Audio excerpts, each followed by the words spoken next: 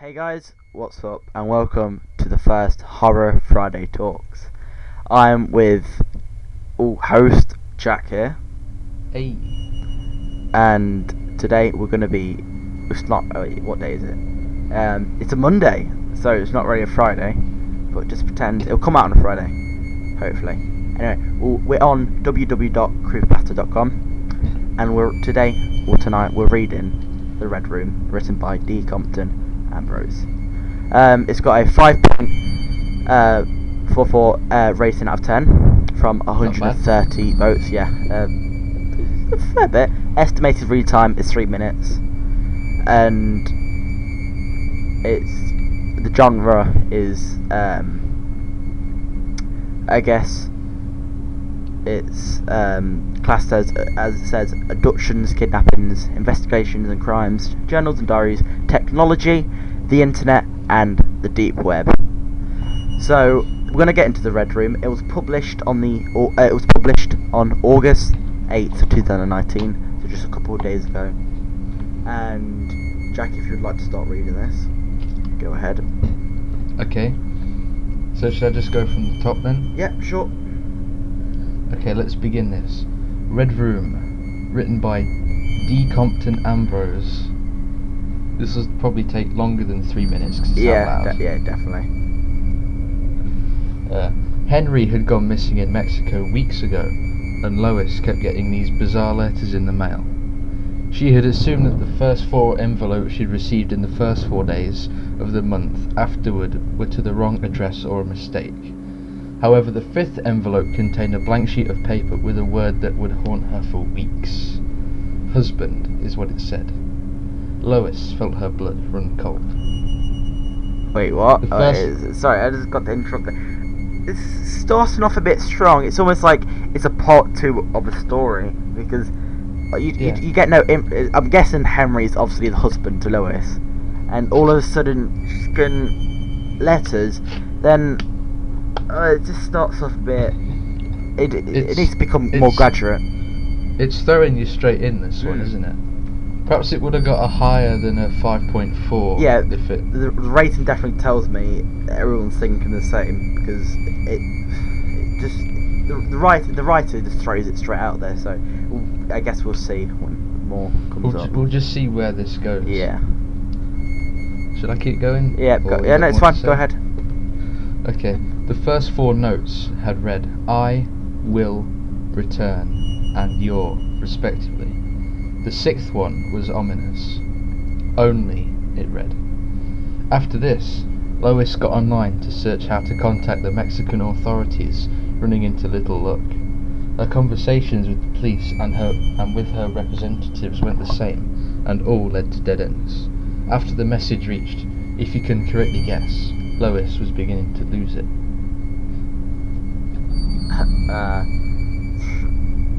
I honestly don't even know what's going on. It's I am generally confused. It's certainly fast-paced. Yeah, I mean, because let's say I got let's say like you said, 6 letters. No, sorry, 5 letters got delivered to my house. Under the circumstances, let's say wife, my wife disappeared, and not knowing that he was on the dark web.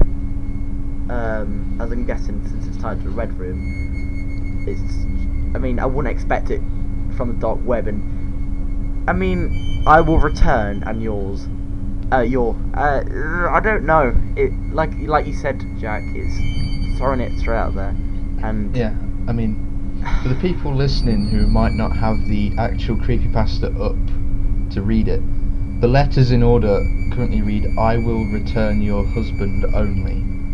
That's in order. We'll leave the link in the description, so if you'd like to read along with us, feel free. It'll definitely help to keep up with the beginning, because it's a bit quick. I'll carry on if you want. I'll just read. Yep. Okay. Asterisk, asterisk, asterisk, asterisk, asterisk, asterisk. I will return your husband only if you can correctly guess what I will do to him. Was the terse messages. a message that was spelled out with the newspaper clippings. The nature of the words began on a separate sheet of paper seemed unnecessary if this was the message the entire time. On the back of the final sheet of the paper, reading him, was the web address reading http www.analogbrowser.com. And before we carry on, I'm gonna actually link put that on my. It's not real. It's not real. You already done that. It's not real. It's not real link. Not real link. Don't bother with that. It just gives you a 404. Yeah. Don't bother. And that was all we had to go on.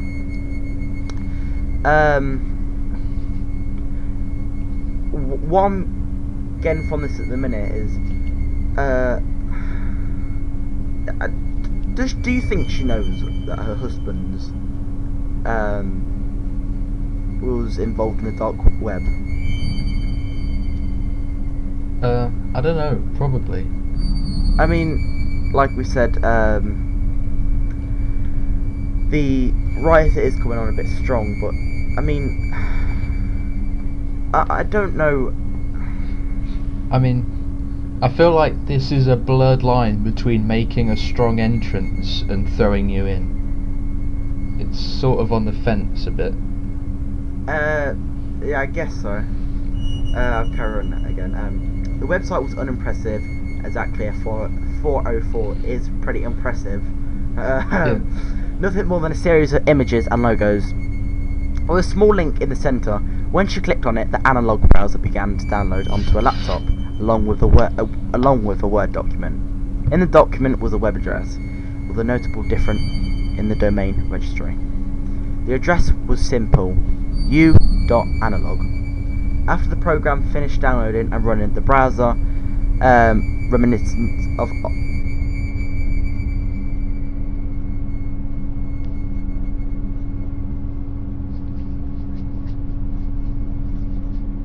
Opera emerged on a screen, and Lois entered the address into a search bar.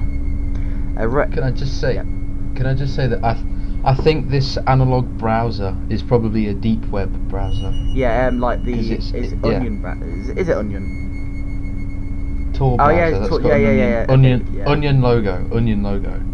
I mean, Tor browser all is tied together. definitely one of the. It's so easy to download.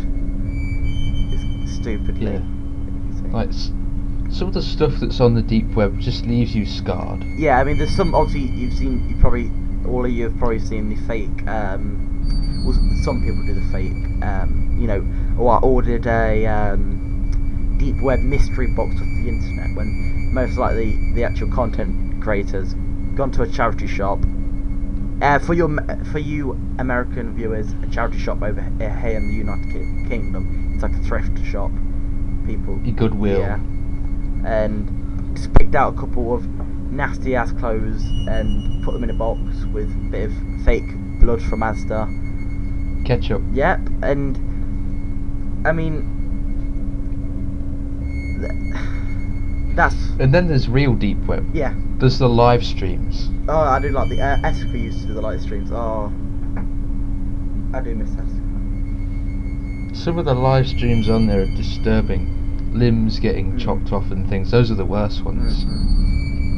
I mean, now you can go onto something.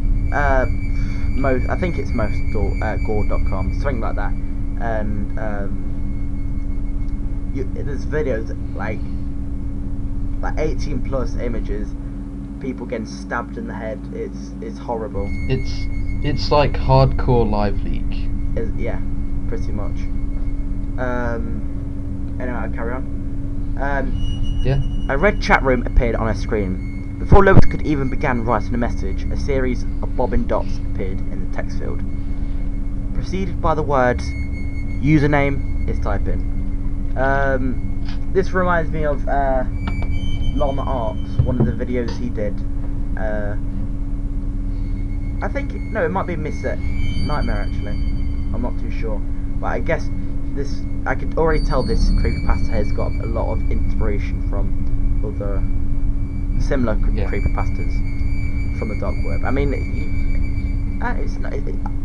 I won't say anything about it, but yeah, I do quite like it at the minute. Yeah, I'm getting into this. Yeah. She froze, her eyes locked on the small red box. The dots continued to hop up and down. The text username is typing remained. Seconds went by. Minutes. And Jackie, if you would like to carry on with the story. Okay, yeah, I'll go from here. The world outside the glowing white square with the red box inside of it became discoloured and grainy as Lois started holding her laptop, as if trying to will her husband's kidnapper into action. And still, the bobbing continued. The dots had all but replaced her very thoughts when a series of characters popped into existence.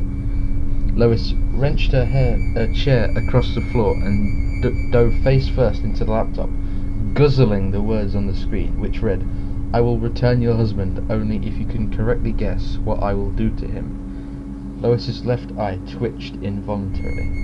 The text username is typing returned to the screen. The text that replaced it seconds later read, "And I cannot lie, whether you guess correctly or not." She was about to answer, but hesitated.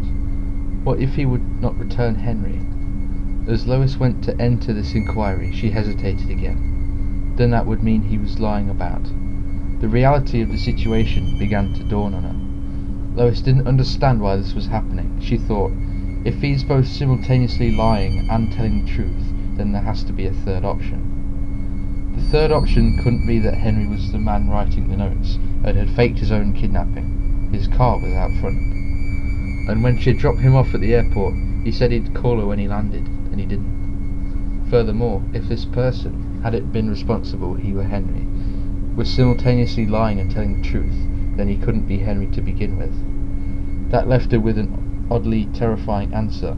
She wasn't really here, Henry wasn't really there, and the situation was the result of a repressed memory.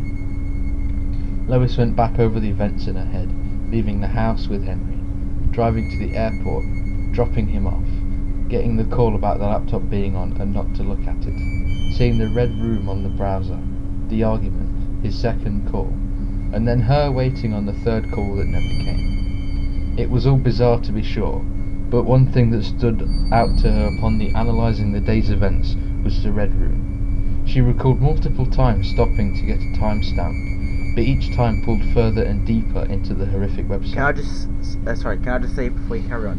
I mean, I know it's creepypasta, and normally creepypastas are quite scary, but I mean, if you just typed in Google creepy kid stories, they'd probably be creepier than this. I mean, like I was saying earlier, the writers definitely got a lot of inspiration from other writers on the site. Yeah. I mean, yeah. It's too fast-paced. I mean, that's why it gets the the 5-point rating. I mean, for those of you who haven't got the actual creepypasta up, the rest of it's just a few words a line, and then they'll do another line for the rest of the creepypasta, and it's not actually that long from here. Yeah, scrolling down.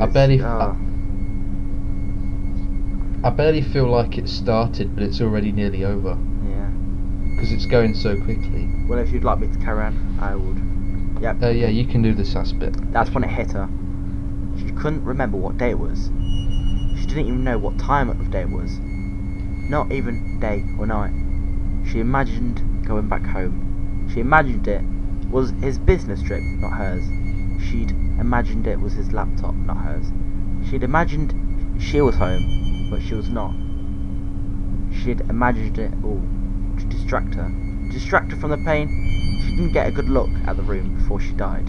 What? Keep going. What? She didn't. That's a head scratcher. Finish it off before we discuss it. She didn't get a good look at the room before she died, but she knew one thing: it was red. Can I just say what? That's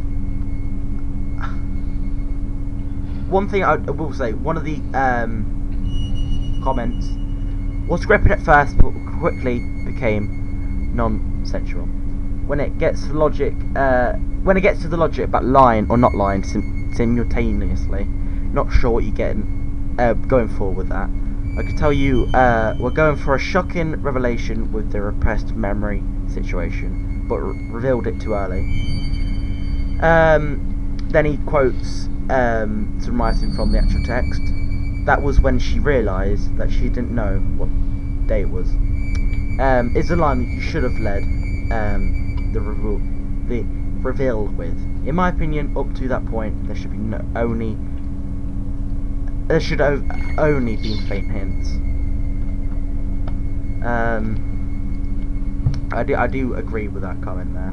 Someone's commented under that. Agreed. I should have had it to where you could tell that there was some repressed memories involved, but not given so much away, such as with a reality breaking apart with things that don't make sense because that. Sorry guys, let me just zoom in the text. I can't see that at all. There we go. Reality breaking apart with things that don't make sense, because that does kind of make it predictable as it's going to be revealed. She was making it up as a distraction from the truth, which gives away the ending in retrospect. Yeah, I mean, really, when it comes to all of the logic stuff that it pulled halfway through, and then towards the end with all the switching around of things, if you're going to do that sort of stuff, you need to, in the beginning, lay down some ground rules for the universe that it's taking place in. You know, what's going on. Because it's like, what can happen, if you know what I mean? Yeah. Because it's like, it's like if somebody dies in a TV show. If it's like a cartoon, no one cares. But if it's a soap opera, then it's the big deal. There's another comment here I totally agree with. No offense to the writer. This is a comment by Orange TP. Well, those are 3 minutes of my life that I'll never get back. The first couple of lies caught my attention, but then the story developed into a confusing, senseless mess. I can't at the minute. I kind of have to agree with Orange TP. I mean, why did she die anyway? We don't actually know why. All we know that she was in a red room. Car out front. I don't know if that was the husband actually.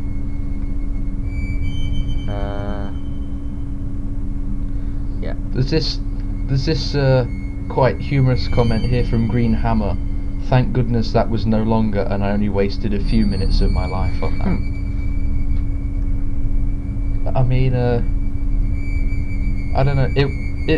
It wasn't that long. If it was longer, I think it would have been better. That's my opinion, really. I think I would have lost interest already. If they'd used its extra length to add more content that helps develop the story, then I would have stayed invested. I mean, there's another story by the writer. It's called Flatwoods.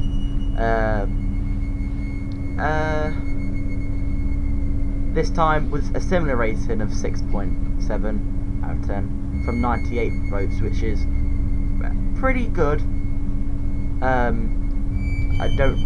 That's 24 minutes long, so maybe that will be in the next video if you guys are interested. We'll have a link down below where you could link us to other creepypastas you'd like us to read. Yeah. Got any other comments on that, Jack? No, not really. It definitely deserved its 5.44 rating. That's more on the liberal side, but I mean, whoever made it's got to put effort in to write it all. Yeah, I do agree. I personally just gave it a 5-star rating. I mean, I would give it like this may seem a little harsh, but a 4.5, because there's a lot of loose ends. Yeah, I was about to say I shouldn't. I mean, in my opinion, I think it does deserve about a 4 or maybe 3.5, as it is quite confusing. 3's a bit too mean, because 3's for complete trash. Yeah, fair enough. Because you do get some pretty trashy creepypastas. Yeah, like written by 12-year-olds. Ooh, there was a ghostie in the haunted house. Yeah, You know what I by mean? normies. I mean, at the end of the day, Yeah. can't go wrong with creepypasta. But that's the end of the video, guys. Thank you for checking out our first recording. I hope you enjoyed it. And all I can say is content will improve after a while. Because, you know, sometimes it is a bit... some things just mess up when you're reading and doing stuff like this. Also, if some parts of the creepypasta aren't that strong for making commentary, it gets a bit, you lose interest in the video. Because then if we read through it before we record, then it sort of loses the magic of us reading it. That's why that's why we chose this creepypasta off the newest category. And yep, make sure to send in your suggestions. This video should go out on a Friday. If not, maybe we'll release it early. Channel trailers coming out soon, so keep tuned for that. And I guess all I can say is I'll see you next time.